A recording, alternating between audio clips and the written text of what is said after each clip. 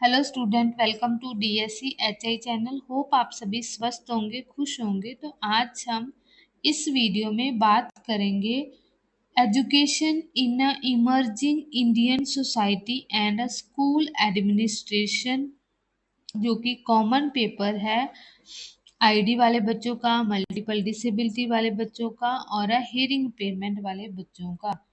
तो इसको आज हम इस वीडियो में डिटेल में सॉल्यूशन आंसर के साथ जो है वो देखेंगे, ताकि आप लोगों को नेक्स्ट जो आपके एग्ज़ाम होंगे उसमें हेल्प मिल सके। और इसके आंसर भी आप लोगों को मिल जाएंगे पीडीएफ के साथ। वो कहाँ मिलेंगे मैं आप लोगों को लास्ट में बता दूंगी। तो ये जो है वो पेपर था जो कि हमारा जून 2025 को हुआ था।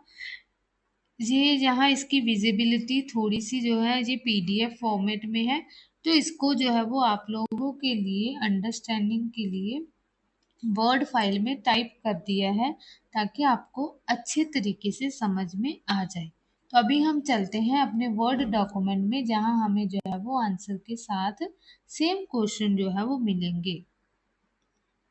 यस, तो ये है हमारा वर्ड डॉक्यूमेंट। जैसा कि आप देख रहे हो एज इट इज़ हमें उनको क्या किया है, लिखा है, ताकि आप लोगों को कोई दिक्कत ना आए। तो सबसे पहला क्वेश्चन, दो क्वेश्चन मल्टीपल चॉइस क्वेश्चन थे। दो क्वेश्चन जो है वो क्या है हमारे पास सही गलत वाले थे।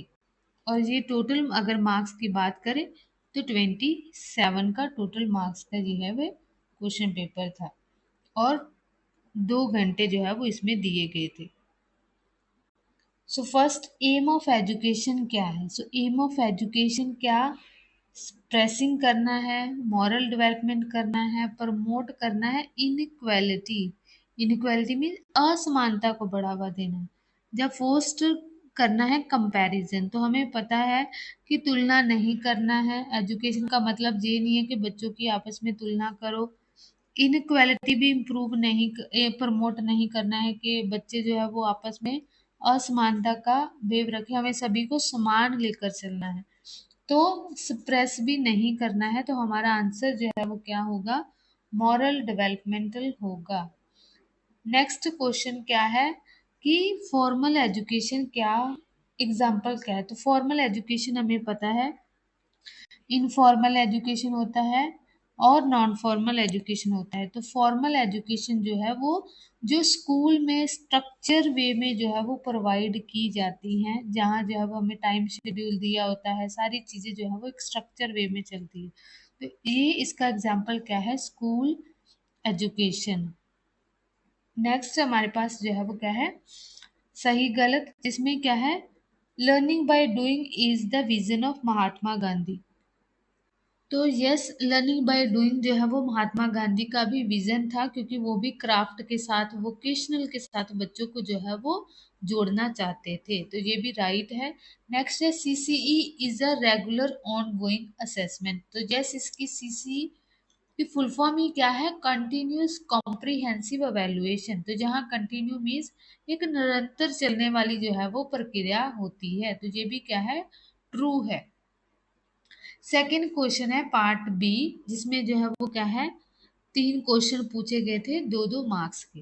तो सबसे पहले जो क्वेश्चन क्या था, नॉन फॉर्मल एजुकेशन। हमने देखा पहले फॉर्मल एजुकेशन जो कि ऊपर क्वेश्चन था, उसमें फॉर्मल में क्या आता है कि हमें स्ट्रक्चर वे में एजुकेशन प्रोवाइड की जाती है, जहाँ हमारे टीचर जो है वो फेस टू फेस इंटरेक्ट करते हैं बच्चों के साथ, उसको बोलते हैं फॉर्मल एजुकेशन।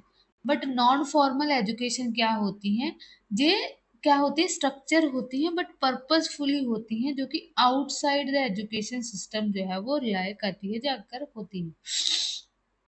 इसमें अगर हम बात करें तो इसमें not fixed curriculum, fixed curriculum नहीं होता है, एकेडमिक शेड्यूल नहीं होता है, जिसमें ये नहीं है कि बच्चे को जो है वो 9 बजे स्कूल जाना है, इतने बजे उसका फर्स्ट लेक्चर है, इसमें ये चीज़ें नहीं होती। ये जिसको हम कह सकते हैं ना कि बच्चे अगर वोकेशनल ट्रेनिंग हो, या अडल्ट जो है वो किसी जॉब में है, या कोई उनकी ड्रॉप आउट कर गए थे स्कूल में से, तो उसके बाद भी वो अगर मान लो ड्रॉप आउट करने के बाद किसी रीजन के कारण अभी वो अपनी एजुकेशन स्टार्ट करना चाहते हैं, वो डिस्टेंस मोड पे जो चीज़ें की जाती हैं वो नॉन फॉर्मल एजुकेशन के अंतर्गत जो है वो आ जाती हैं। जिसमें स्टैंडर्ड टीचिंग की अगर बात करें वो चीज़ें नहीं दिखती हैं। एग्ज़ाम सिस्टम जो है वो होता है, बट वो क्या है, एनुअल होता है, जहाँ टीचर जो है वो बच्चों को पीडीएफ प्रोवाइड कर देते हैं, ये चीज़ें हैं, ये मटेरियल है। तो वहाँ टीचिंग जो है वो फेस टू फेस नहीं होगी। लगेंगे लेक्चर, बट वो ऑनलाइन जो है वो बच्चों को गाइड करने के लिए, इंस्ट्रक्शन प्रोवाइड करने के लिए जो है वो सेशन जो है वो ली जाते हैं। ये शॉर्ट टर्म के लिए ज़्यादातर होती हैं और फ्लेक्सिबल होती हैं, और बच्चों की नीड के अकॉर्डिंग बच्चे अपने अकॉर्डिंग जो है वो चीज़ें लेते हैं, कि जो कोर्स करना चाहते हैं बच्चे की अपनी जो है वो उसकी चॉइस होती हैं। और इसको अडल्ट एजुकेशन, वोकेशनल ट्रेनिंग या कम्युनिटी डेवलपमेंट प्रोग्राम या कंटिन्यू एजुकेशन मीन्स, इसमें कोई एज लिमिट वगैरह नहीं। अगर हम फॉर्मल एजुकेशन की बात करें तो फॉर्मल एजुकेशन में हमें एज लिमिट हो, परसेंटेज हो, बहुत सारा क्राइटेरिया उसमें मैच करना पड़ता है। बट नॉन फॉर्मल में ऐसी चीज़ें नहीं होती, इसीलिए इसको फ्लेक्सिबल जो है वो माना जाता है। और स्किल बेस्ड एजुकेशन, तो इसमें स्किल भी कई बार ट्रेनिंग कोर्सेज ऐसे होते हैं जिसमें ट्रेनिंग, वोकेशनल ट्रेनिंग प्रोवाइड की जाती है। तो वो सारी चीज़ें जो है वो नॉन फॉर्मल एजुकेशन के अंतर्गत जो है वो होती है। तो इसमें क्या होता है कि बच्चे की not necessary result in certificate, ये नहीं है कि सर्टिफिकेट देखना है जहाँ क्रेडिट कितने उसको क्रेडिट मिले हैं, वो सारी चीज़ें नहीं। इसमें डिजायरेबल अंडरस्टैंडिंग की, बच्चे की अंडरस्टैंडिंग के अकॉर्डिंग यूजफुल स्किल जो है और बच्चे की सेल्फ डेवलपमेंट पर जो है वो फोकस किया जाता है।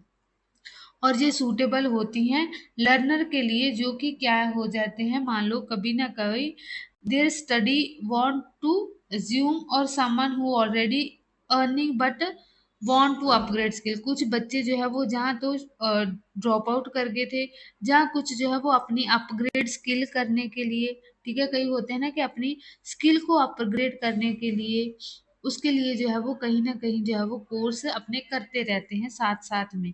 तो वो सारी चीज़ें जो है वो नॉन फॉर्मल एजुकेशन के अंतर्गत जो है वो आ जाती हैं। तो होप आप लोगों को समझ में आ गया होगा। ये फॉर्मल स्ट्रक्चर होती हैं, नॉन फॉर्मल जो है वो स्ट्रक्चर होती हैं, बट कहीं ना कहीं जो है वो क्या है, बच्चों की नीड को बच्चे जो है वो खुद करते हैं, अपने इंटरेस्ट के अकॉर्डिंग करते हैं। और जहाँ स्टैंडर्ड टीचिंग शेड्यूल वो सारी चीज़ें नहीं होती हैं, करिकुलम भले ही उनको प्रोवाइड किए, सिलेबस उनको प्रोवाइड किया जाता है, नोट्स उनको प्रोवाइड कर दिए जाते हैं, फेस टू फेस इंटरेक्शन नहीं होता है टीचर का यहाँ पर।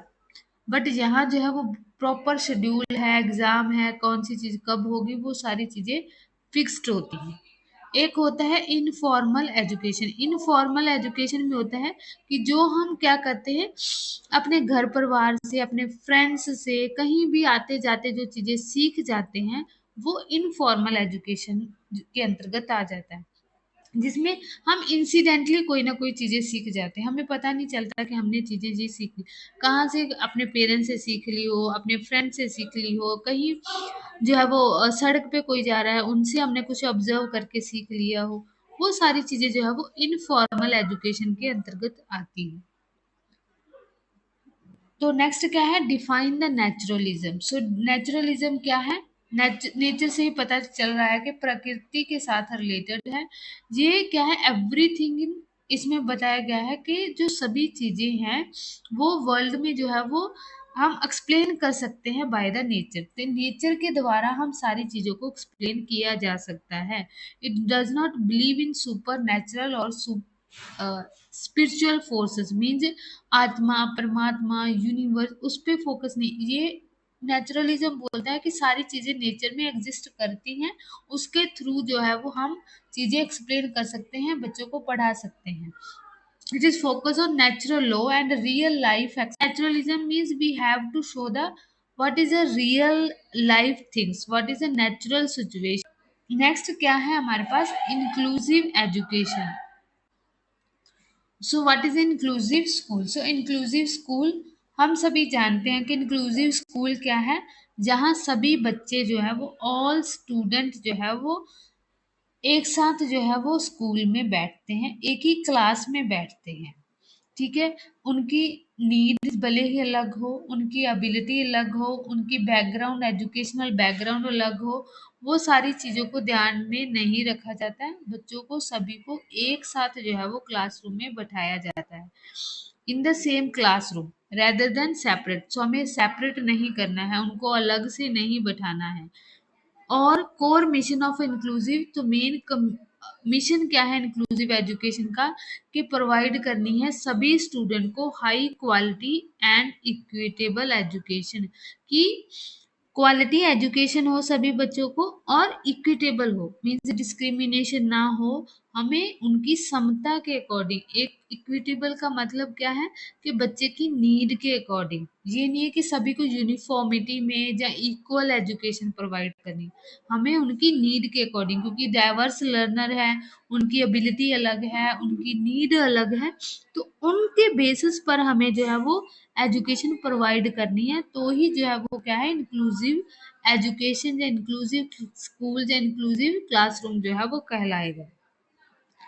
तो इसमें इन्वायरमेंट को फोस्टर करना है, sense of acceptance and belongingness. तो हमें सभी बच्चों को एक्सेप्ट करना है, ना कि उनको सेग्रीगेट कर देना है, हम इनके साथ बिलोंग नहीं, ये डिफरेंट कम्युनिटी है, ऐसा नहीं करना है। तो ये जो है वो इंक्लूसिव स्कूल जो है वो कहलाता है।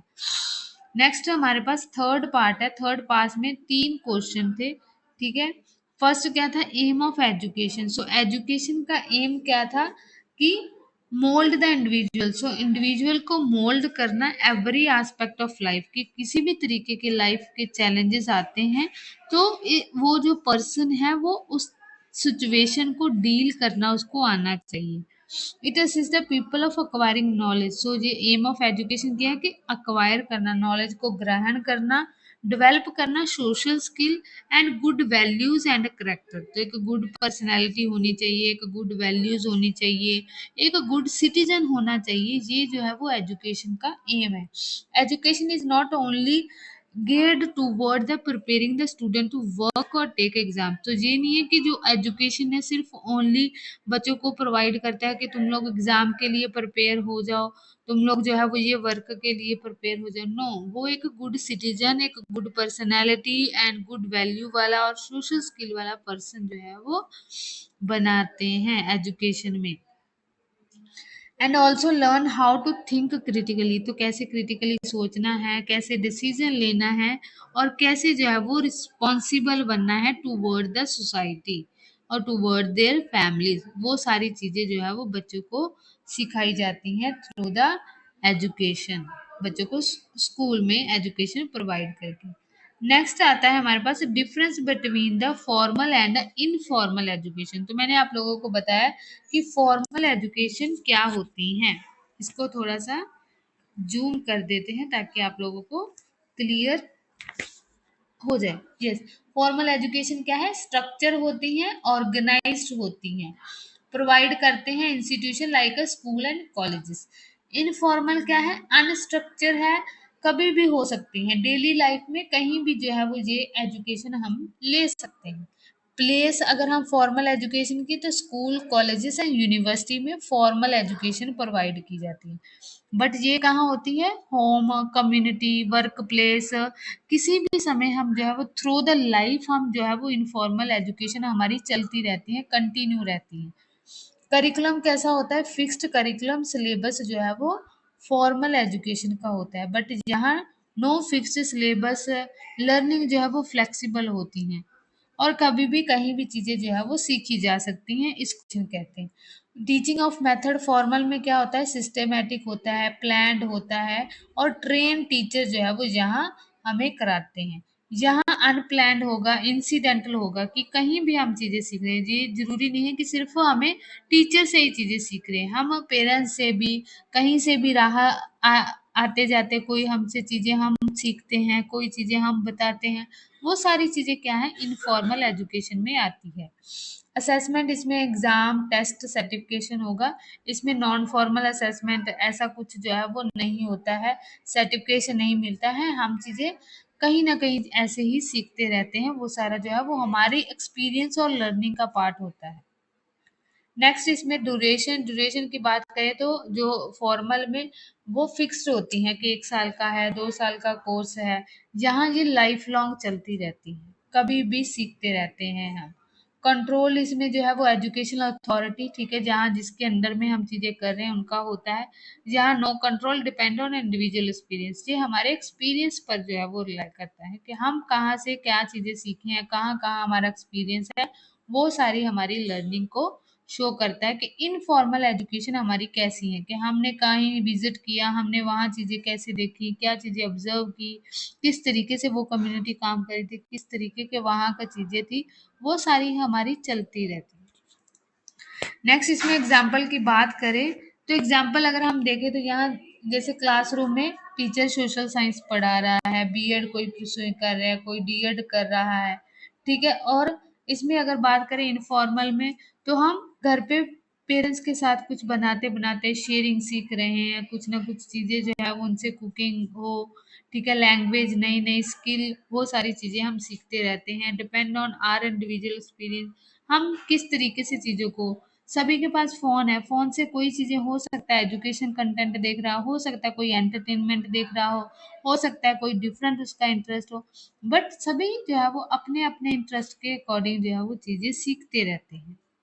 ये जो है वो क्या है, फॉर्मल एंड इनफॉर्मल एजुकेशन था।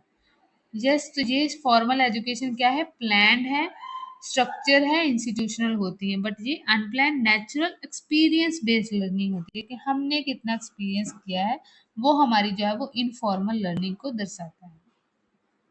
Next, Rabindranath Tagore explain the philosophy of Rabindranath Tagore. So just wait. Yes. So Rabindranath Tagore believed the most important things, that is the human being and his her potentials. So Rabindranath Tagore कहते थे कि सभी बच्चों के पास एक potential level होता है, कि बच्चे जो है वो कर सकते हैं, कि बच्चों के पास वो एबिलिटी है। According to him every person has a inner ability, सभी बच्चों के पास एक इनर एबिलिटी है, जो कि education should help in developing this fully. So education उसमें जो है वो और हेल्प करता है बच्चों की वो पोटेंशियल लेवल या इनर एबिलिटी को पूरा करने के लिए, कि बच्चे डेवलप कर सकते हैं एजुकेशन अगर हम सही से बच्चों को प्रोवाइड करें। तो ही explained that the world is created through the both creation and evolve. क्या है कि जो वर्ल्ड है वो क्रिएट हुआ है और इवोल्यूशन जो है वो होता रहता है, इसमें चेंजेस आती रहती हैं। और he accepted scientific idea but believed on God's power also. तो ये यूनिवर्स पर, साइंटिफिक आइडियाज पर बिलीव करते थे, बट गॉड की पावर को भी मानते थे, कि गॉड भी एग्जिस्ट करता है, उनकी पावर जो है वो हमेशा हमारी हर एक काम के पीछे रहती है।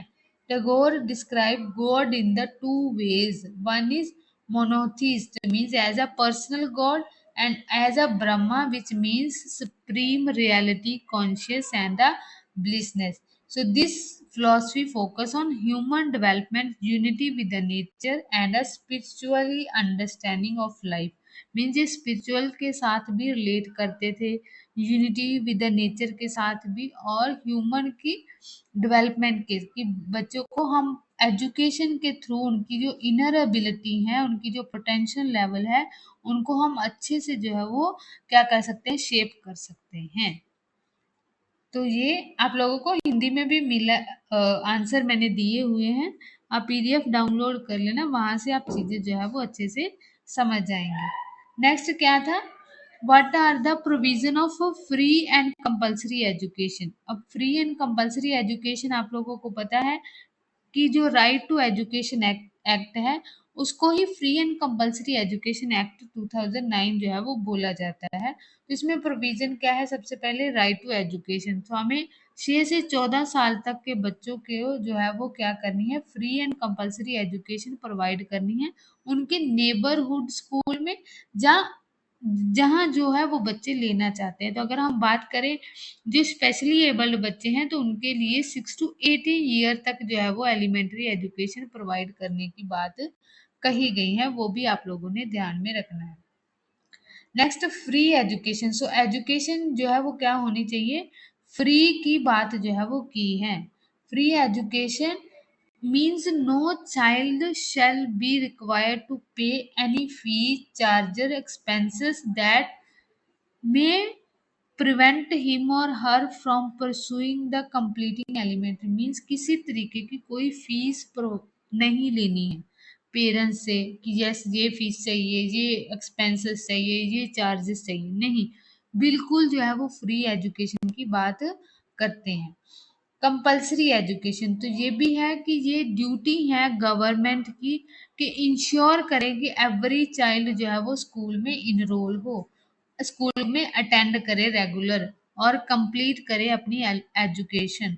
नेक्स्ट, रिस्पॉन्सिबिलिटी पेरेंट्स को और गार्जियंस को भी दी गई है कि parents and guardians have a moral responsibility to admit their children to school and ensure that they receive the education without interruptions। कि बच्चे को स्कूल में जो है वो इनरोल कराना गवर्नमेंट इंश्योर करेगी। उसके साथ पेरेंट्स की भी ड्यूटी है कि वो भी इंश्योर करें कि बच्चा जो है वो स्कूल में इनरोल होना चाहिए, उनकी एलिमेंट्री एजुकेशन करवानी है। ये सारी चीज़ें जो है वो पेरेंट्स को भी गवर्नमेंट को भी ध्यान में रखना है और किसी तरीके की फीस पेमेंट चार्जेस नहीं लेने हैं। एब्सोल्युटली फ्री है elementary education for the everybody, all the students. Is it clear? So next हम बात करेंगे, नेक्स्ट जो है वो क्वेश्चन क्या है, write down the principle of the school administration. अब स्कूल एडमिनिस्ट्रेशन जो है वो उसके क्या प्रिंसिपल है, तो ये क्या है, एक स्कूल एडमिनिस्ट्रेशन जो है वो एक प्लानिंग, जिसमें प्रोसेस में प्लानिंग आ जाएगा, ऑर्गेनाइज कैसे करना है, डायरेक्ट कैसे करना है, control resources means human material financially, ताकि हम एजुकेशनल गोल को इफेक्टिवली अचीव कर सकें। Effectively school administration is guided by the principle that ensure the conducive democratic productive learning environment। तो हम प्रिंसिपल देखेंगे कि जो स्कूल का एडमिनिस्ट्रेशन है, मीन्स जो सारी चीजें हैंडल करता है एडमिनिस्ट्रेशन, वो डेमोक्रेटिव होना चाहिए।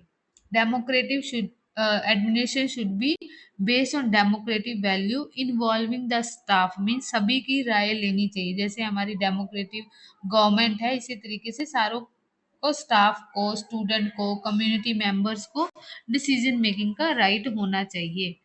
It emphasis the shared responsibility, तो हमें रिस्पॉन्सिबिलिटी शेयर करनी है, इक्वलिटी इक्वल अपॉर्चुनिटी प्रोवाइड करनी है और रिस्पेक्ट करनी है इंडिविजुअल की, कि सभी की अपनी अपनी जो है वो क्या है, एक डिग्निटी है, उनको मेंटेन करके रखना है और उनके रिस्पेक्ट करनी है और ये चाइल्ड सेंटर्ड होनी चाहिए। So the primary focus on administration is action must be the growth development and the welfare of the student. So student को ध्यान में रखते हुए सारी चीजें जो है वो क्या करनी है, प्लान करनी है और ऑर्गेनाइज करनी है। कोऑपरेटिव एंड कोलैबोरेटिव होना चाहिए। So school administration not a one person job, ये नहीं है कि एक ही पर्सन जो है वो एडमिनिस्ट्रेशन सारी चीजें, बजट हो गया, स्टाफ रिकॉर्ड हो गया, स्कूल फी हो गया, अदर बहुत सारी चीजें जो है वो होती हैं एडमिनिस्ट्रेशन को हैंडल करने के लिए। तो ये तभी होगा जब कोऑपरेटिव और कोलैबोरेटिव तरीके से जो है वो चीजें की जाएगी। तो सभी को कंसर्ट करना है, कोऑर्डिनेट करना है अपनी चीज़ों को, और school teacher staff parents community सारों का जो है वो कोऑर्डिनेशन होना बहुत ज़रूरी है और ये फ्लेक्सिबल भी होना चाहिए, ताकि ये नहीं, रिजिडिटी नहीं होनी चाहिए। जो स्कूल एडमिनिस्ट्रेशन है, जहाँ उनको लगता है कि कोई चीज़ें हमें चेंज करने की है, ठीक है, किसी बच्चे ने कोई चीज़ कही है, तो वो उसी अकॉर्डिंग जो है वो फ्लेक्सिबल तरीके से चीज़ें चलेगी, तभी जो है वो होगी। अगर फ्लेक्सिबल हो गए कि नहीं ये चीज़ बोली है ऐसे ही होगी, तो वहाँ जो है वो एडमिनिस्ट्रेशन थोड़ा सा ढीला पड़ सकता है। तो इसलिए हमें फ्लेक्सिबल अप्रोच को, फ्लेक्सिबल प्रिंसिपल को लेकर जो है वो चलना होगा। जैसे ये हिंदी में है। नेक्स्ट हमारे पास जो है वो डी पार्ट आता है जिसमें जो है वो आप लोगों को एक क्वेश्चन करना था, बट उसमें दो क्वेश्चन आप लोगों को दिए हैं, एनी वन जो है वो आप लोगों ने चूज करना है। सो क्वेश्चन क्या है? फर्स्ट क्वेश्चन है which record to be maintained in a school. So कौन से रिकॉर्ड जो है वो स्कूल में मेंटेन किए जाते हैं और उनकी इम्पोर्टेंस बताओ। तो स्कूल में हमें पता है कि अभी सारी चीज़ें अगर हम देखें एडमिनिस्ट्रेशन में बहुत सारी चीज़ें हैं स्कूल में मेंटेन करने के लिए, जिससे क्या होगा? ट्रांसपेरेंसी होगी, एफिशिएंसी होगी, अकाउंटेबिलिटी होगी। अगर हम लोगों ने रिकॉर्ड रखा है तो उसमें ये सारे चीज़ें अगर हम बात करें तो क्या है? Admission register. तो रिकॉर्ड कौन से मेंटेन करने चाहिए? तो सबसे पहले आ जाएगा एडमिशन रजिस्टर। मीन्स ये नहीं है कि सीरियल ऑर्डर में है, मीन्स उसमें वन ऑफ आता है हमारे पास admission register. So contain the detail of all student admitted to all the school such as name age. ये सारी चीज़ें जो है वो हमें देखने को मिलती हैं। अटेंडेंस रजिस्टर, सारे टीचर के पास अटेंडेंस रजिस्टर होते हैं। प्रोग्रेस रिपोर्ट होती हैं। स्टाफ रिकॉर्ड होता है, स्टाफ की भी अटेंडेंस जो लगती हैं वो सारी चीज़ें होती हैं, कब ज्वाइन हुए, कौन सी चीज़ सारी। फिर स्टॉक रजिस्टर जो लाइब्रेरियन हो गया, जहाँ स्टोर में जो होते हैं उनके पास स्टॉक रजिस्टर होता है। जो अकाउंटिंग फाइनेंशियल रिकॉर्ड हो गया, फीस कलेक्शन हो, एक्सपेंडिचर बजट, वो सारी चीज़ें जो है वो होती हैं। फिर एग्जामिनेशन रिकॉर्ड, क्वेश्चन पेपर हो, मार्क्स रजिस्टर हो, रिजल्ट एनालिसिस हो, क्यूमुलेटिव रिकॉर्ड, ये सारी चीज़ें जो है वो हमें देखने को मिलती हैं। नेक्स्ट इम्पोर्टेंस क्या है इन सारी चीज़ों को, कि अगर हमने क्लास रजिस्टर रखना है, अटेंडेंस रजिस्टर, स्टाफ की, इसकी इम्पोर्टेंस क्या है? कि सबसे पहले इंश्योर करता है प्रॉपर एडमिन। इससे क्या होगा कि प्रॉपर एडमिनिस्ट्रेशन हेल्प होगी, स्मूथिंग फंक्शनिंग होगी, ऑर्गेनाइजेशन अच्छे तरीके से जो है वो वर्क कर पाएगी। सपोर्ट करेगा डिसीजन मेकिंग। डिसीजन मेकिंग अगर हम लोगों ने रिकॉर्ड नहीं रखा, क्लास टीचर ने बच्चों की अटेंडेंस का रिकॉर्ड नहीं है, तो कैसे पता चलेगा कौन सा बच्चा आ रहा है, कौन सा रेगुलर है, कौन सा एब्सेंट हो रहा है, क्या चीज़ें हैं, वो सारी चीज़ें में। अगर किसी तरीके की बजट की नहीं रखी है, बजट इतना आया है, इतना हम लोगों ने यूज़ कर दिया, इतना हमारे पास पेंडिंग है, तो हम कैसे जो है वो अपने डिसीजन को ले पाएंगे? तो इसके लिए जो है वो हमें रिकॉर्ड रखना बहुत ज़रूरी है। फिर मेंटेन करना ट्रांसपेरेंसी एंड अकाउंटेबिलिटी। तो हम अगर फंड हमें आता है स्कूल में टीचर को या प्रिंसिपल को, तो वो अगर फंड रिकॉर्ड भी होगा तो उसका जो फंड रजिस्टर भी होगा तो उसका मिसयूज नहीं होगा, कि फंड कहाँ आया, कहाँ लगा, वो सारी बिलिंग जो है वो साथ साथ में उसमें ऐड होती जाएंगी, तो वो ट्रांसपेरेंसी जो है वो मेंटेन रहेगी। Next legal evidence. तो ये एक तरीके प्रूफ हो जाता है, किसी भी तरीके का अगर डिस्प्यूट या इंस्पेक्शन होती हैं तो वहाँ हम जो है वो एज अ प्रूफ भी इसको इन चीज़ों को दिखा सकते हैं। फिर हम स्टूडेंट की प्रोग्रेस रिपोर्ट को चेक कर सकते हैं कि बच्चा कहाँ तक है। टीचर्स को पेरेंट्स को हेल्प करता है कि बच्चे की जो है वो क्या प्रोग्रेस चल रही है। और ये सारी चीज़ें जो है वो रिकॉर्ड रखना इम्पोर्टेंट है स्कूल एडमिनिस्ट्रेशन के लिए। ये क्या होगा? इंडिविजुअल एंड डायनेमिक सोसाइटी को हेल्प करेगा, बच्चे की नीड को, टीचर को भी आगे उसकी नेक्स्ट फर्दर लेसन प्लानिंग के लिए भी जो है वो ये सारी चीज़ें हेल्प करती हैं।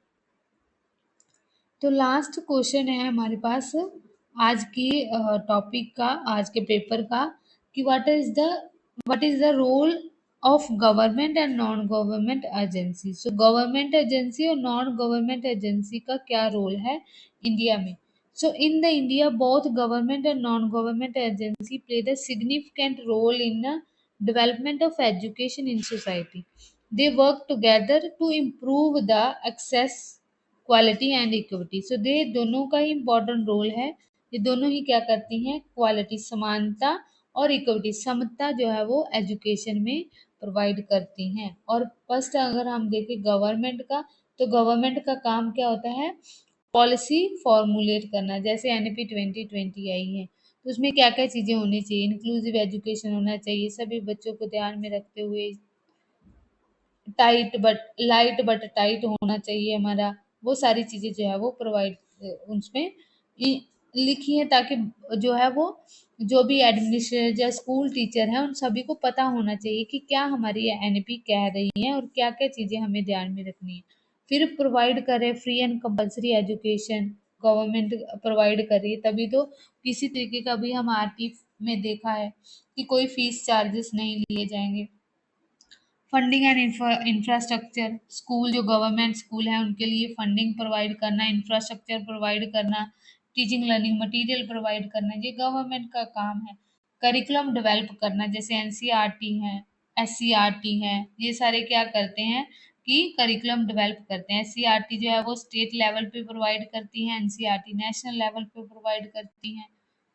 नेक्स्ट हमारे पास क्या है, टीचर ट्रेनिंग। सो टीचर ट्रेनिंग भी जो है वो क्या है, एक गवर्नमेंट का की कंडक्ट करना ट्रेनिंग प्रोग्राम, इन सर्विस हो, प्री सर्विस ट्रेनिंग हो। प्री सर्विस जैसे कि बीएड करते हैं, डीएड करते हैं, वो प्री सर्विस में, इन सर्विस जो पहले से टीचर लगे हुए हैं उनके लिए भी कोई ना कोई जो है वो उनकी कंटिन्यूस प्रोफेशनल डेवलपमेंट के लिए जो है वो सेमिनार्स वर्कशॉप जो है वो करते रहते हैं। फिर मॉनिटरिंग द एवेल्युएशन, इंश्योर करना quality education through out the inspection and the assessment.